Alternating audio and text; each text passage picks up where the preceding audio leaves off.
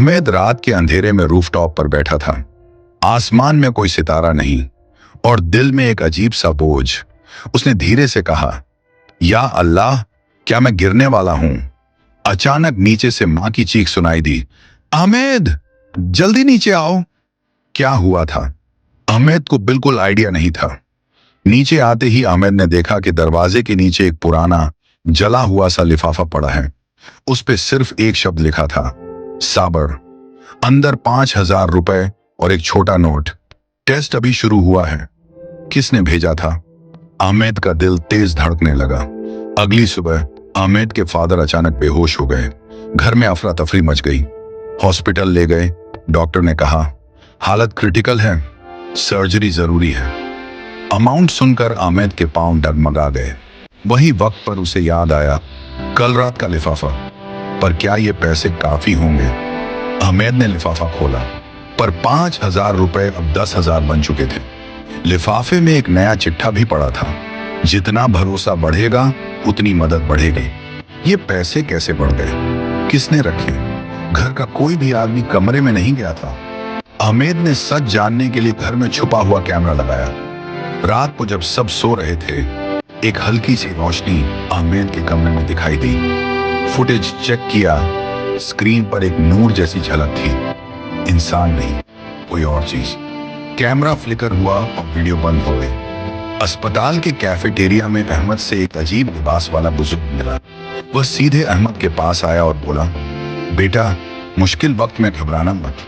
बेचैनी का मतलब है इम्तिहान अभी ऊपर नहीं गया।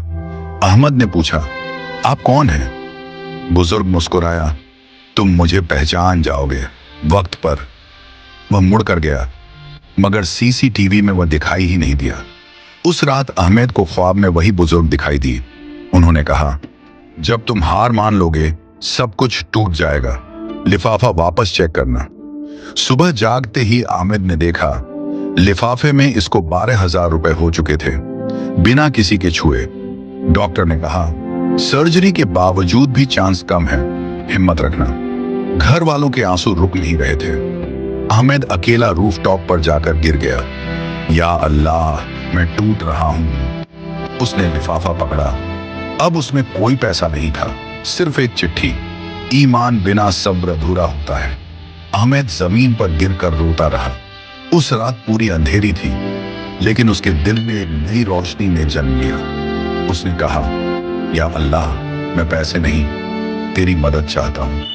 उस वक्त हवा में एक अजीब सुकून बढ़ गया, जैसे कोई उसके पास हो। सुबह हॉस्पिटल ने कॉल किया, अहमद, एक अनोनिमस डोनर ने सर्जरी का सारा बिल क्लियर कर दिया। सब होश और हवास में आ गए। कौन था?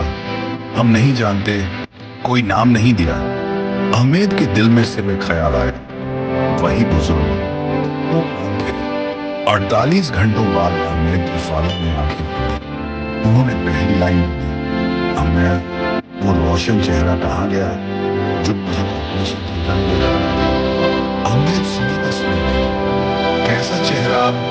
फादर ने, वो कह रहा, अहमद की हिम्मत नहीं हो चुकी है। अहमद ने पूरा हॉस्पिटल छाना, कैमरा दिखाया, स्टाफ से पूछा, लेकिन कोई भी रोशन चेहरे वाला आदमी कॉल नहीं था। गार्ड ने सिर्फ इतना कहा, बस एक हल्की सी रोशनी देखी थी ऑपरेशन थिएटर के बाहर।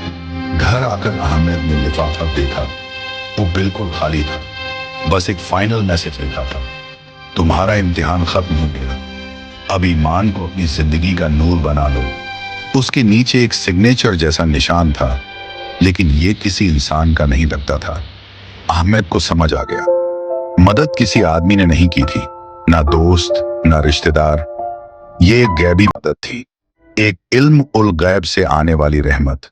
और ये तभी मिली जब उसने सब्र, दुआ और ईमान को पकड़ा लिया था। अहमद की जिंदगी बदल गई। वो हर मुश्किल में सिर्फ 2 चीजों को याद रखता। ईमान जब मजबूत होता है तो मुश्किलें कमजोर हो जाती हैं। और वो हर किसी से कहता, अगर तुम मुश्किल में हो, समझ लो तुम्हारा इम्तिहान चल रहा है, बस ईमान से पकड़ लो, मदद अपने वक्त पर आएगी।